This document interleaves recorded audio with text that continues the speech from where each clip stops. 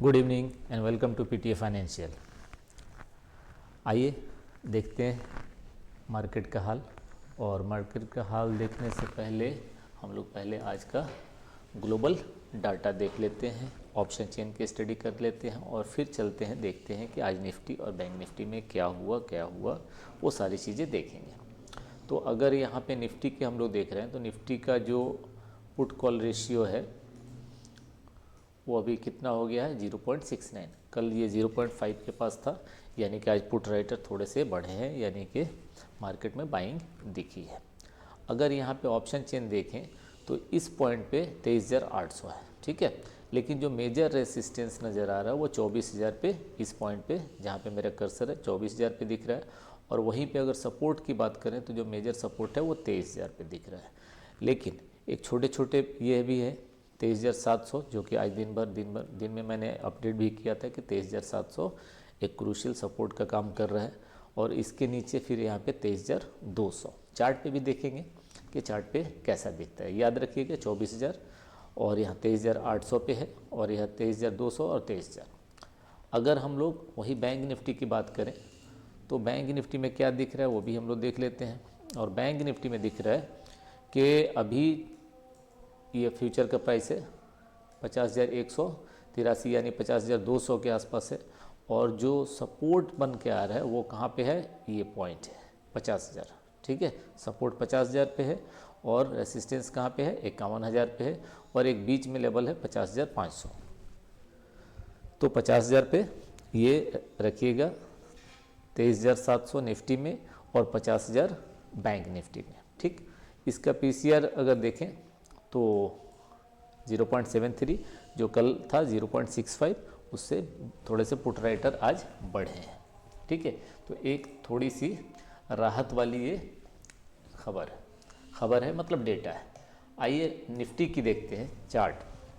अब निफ्टी की चार्ट में देखेंगे, पहले हम लोग डेली टाइम फ्रेम में देखेंगे, फिर इंटरडे में भी देखेंगे, परेशान मत होइएगा।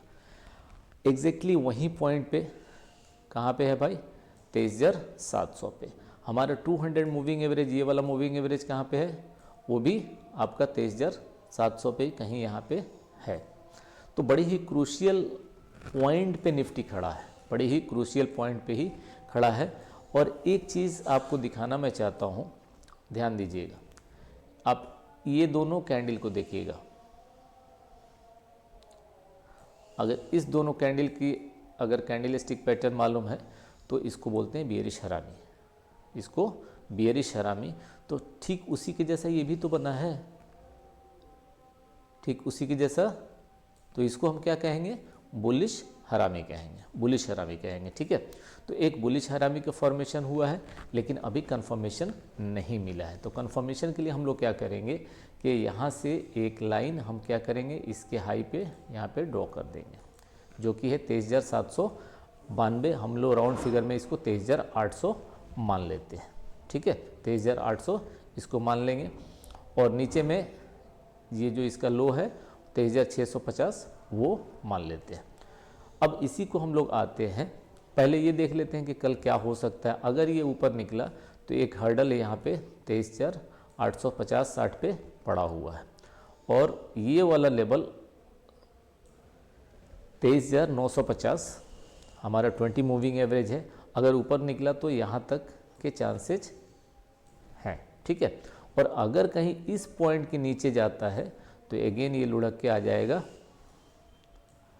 23,450 से लेके 23,500। 23,500 एक क्रूशियल सपोर्ट का काम कर रहा है। आइए इसको 15 मिनट के टाइम फ्रेम में कर लेते हैं, फिर देखते हैं कि कैसा दिख रहा है, ठीक है। अब ये देखिए आप, ये पूरा दिन गैप अप ओपन जरूर हुआ और पूरा दिन वहीं पे टाइम पास किया है। पूरा दिन कुछ भी नहीं मिला बॉस। कहने के लिए बहुत कुछ कहा जा सकता है, बट अगर लॉजिकली बात करें, कंसेप्ट वाइज बात करें तो कुछ भी नहीं मिला है, ठीक है।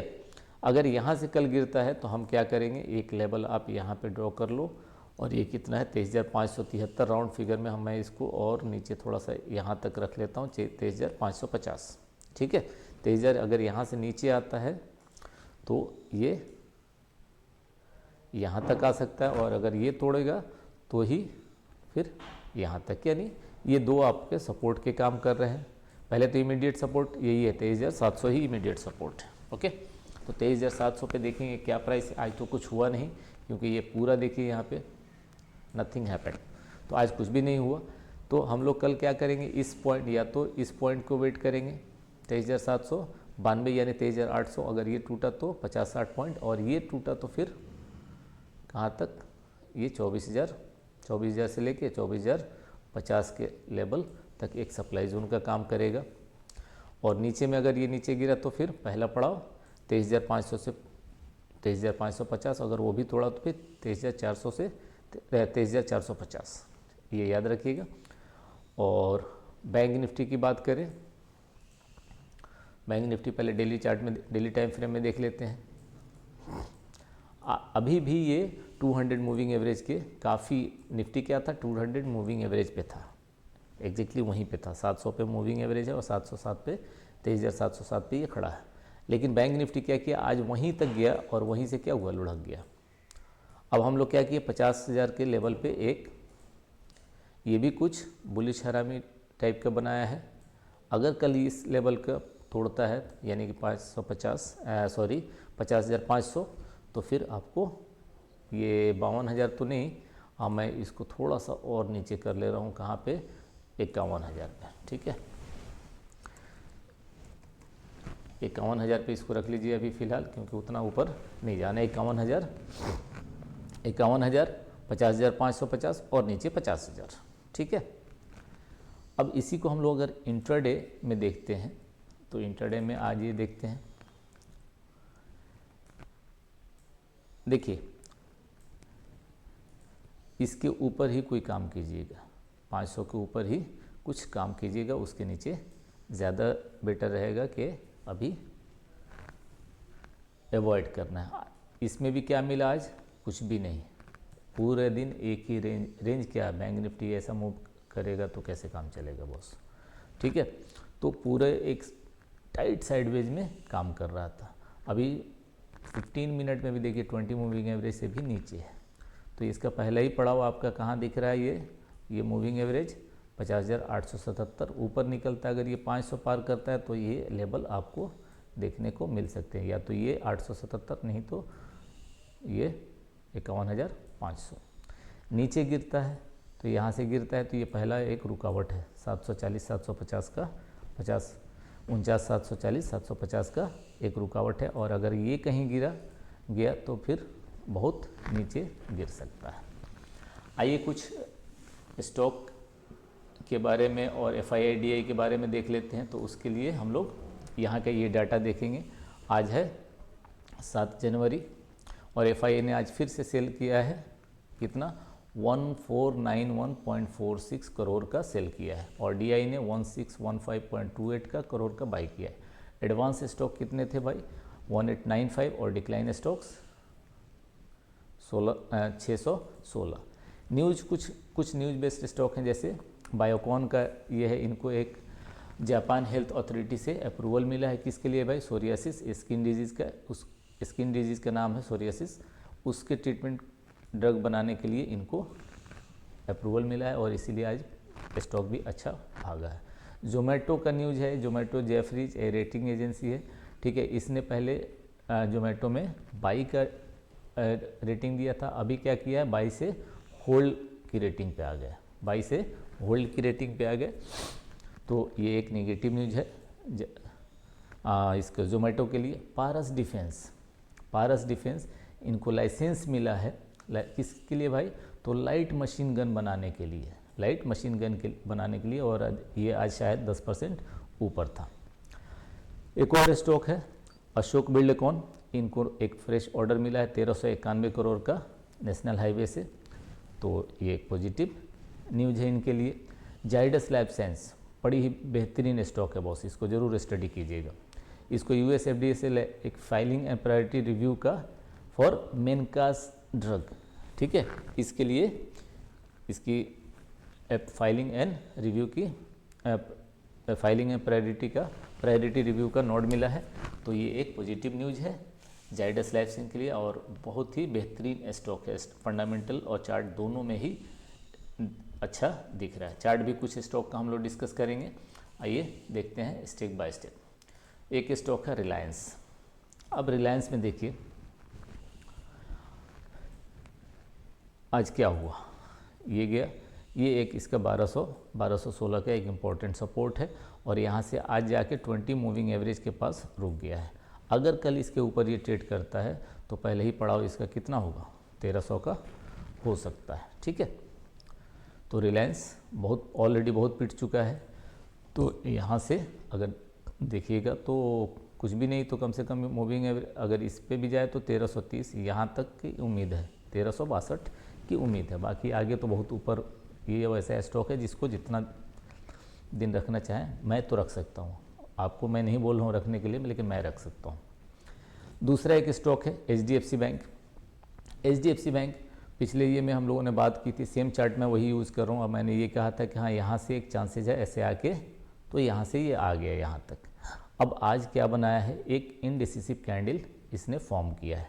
इनडिसिसिव कैंडल इसने फॉर्म किया, आपको करना क्या है, बस जस्ट इसके ऊपर एक लाइन ड्रॉ कर लीजिए और कल अगर इसके ऊपर ये ट्रेड करता है ऐसे तो यहाँ से एक वैल्यू बाइंग कहला सकता है। ठीक है, वैसे लार्ज कैप स्टॉक अभी थोड़े से प्रेशर में है। जितने भी बैंक के स्टॉक छोटे छोटे जितने बैंक्स हैं उनमें ज़्यादा अपॉर्चुनिटी है कंपेयर टू जो बड़े बैंक्स हैं। एक स्टॉक है टाटा मोटर। टाटा मोटर देख लीजिए, बहुत पिट चुके हैं भाई, और कल इनका जो जगुआर लैंड रोवर से टाई अप है तो उसका सेल डाटा भी आया था अमेरिका में और वो काफ़ी निगेटिव था। फिर भी स्टॉक क्या किया, इतना ज़्यादा पिट गया कि और कितना गिरेगा यार, 1200-1300 से 1100-1200 से गिर के आ गया, 700-800 पे आ गया, और कितना गिरेगा। टाटा मोटर अच्छा फंडामेंटल का स्टॉक है। ठीक है, तो ये पॉइंट है, इसके ऊपर अगर निकलता है तो फिर इसमें कम से कम यहाँ तक तो जाने की क्षमता रखता है, 200 मूविंग है। और अगर इसके ऊपर निकल गया तो फिर इसमें फुल स्ट्रेंथ आ जाएगा। आप देख लीजिए कितना ऊपर से ये गिरा है, ये लगभग 1200 का स्टॉक। बायोकॉन जिसका न्यूज़ था, बायोकॉन भी देख लीजिए, और बायोकॉन में एक अच्छा ब्रेकआउट लेवल पे है, अच्छे ब्रेकआउट लेवल पे है। और ये कर क्या रहा है, यही तो कर रहा है। अब ये बहुत ही अच्छे लेवल पे है। अब यहाँ पे क्या होता है, ऐसे जाता है या फिर ऐसे आता है, ये कल के लाइव मार्केट में देखने लायक होगा कि ये क्या रिएक्शन दे रहा है। एक और जो जाइडस लाइफ साइंस की मैंने बात की थी, इसका भी चार्ट बेहतरीन चार्ट बन रहा है बॉस, बेहतरीन चार्ट। ये देख लीजिए, ये कहाँ से, ये स्टॉक यहाँ पे था, यानी 1300 का चीज़ अभी 1000 पे मिल रहा है आपको, 25% नीचे। और फंडामेंटल अगर देखेंगे ना तो बेहतरीन फंडामेंटल का स्टॉक है और नीचे से स्ट्रेंथ भी शो कर रहा है। अभी क्या है, 20 मूविंग एवरेज के ऊपर है और 200 मूविंग एवरेज जो कि 990-991 के आसपास है, उसको भी इसने ब्रीच कर दिया है। तो अब लग रहा है कि इसमें स्ट्रेंथ आ गया है। और ऊपर में देखिए कितने स्कोप्स हैं, 25% जब नीचे करेक्ट हुआ तो यहाँ से भी हम अगर 25% देख लें तो अच्छा खासा जाएगा ना यार, कुछ भी नहीं तो यहाँ तक तो दिख रहा है 25 से 30% कम से कम। लेकिन अब इसमें एक चीज़ देखिएगा कि मुझे ऐसा लग रहा है कि ये एक कुछ ऐसा बना रहा है, कुछ ऐसा राउंडिंग बॉटम टाइप का हाफ आधा बन गया है। अब यहाँ से यहाँ आने में इतना टाइम लगा है तो यहाँ से ऊपर जाने में उसका डबल टाइम लग सकता है। तो ये ऐसा मेरा एनालिसिस है, मैं गलत भी हो सकता हूँ। तो जब भी आपको किसी में इन्वेस्ट करना है, जो भी करना है, तो आप अपना ड्यू रिसर्च ज़रूर कर लेंगे और फाइनेंशियल एडवाइज़र से ज़रूर सलाह लेंगे। और उम्मीद करता हूँ कि ये एनालिसिस पसंद आया होगा। पसंद आया है तो लाइक एंड सब्सक्राइब करना और बेल बटन हिट करना ना भूलें। Thank you and good night.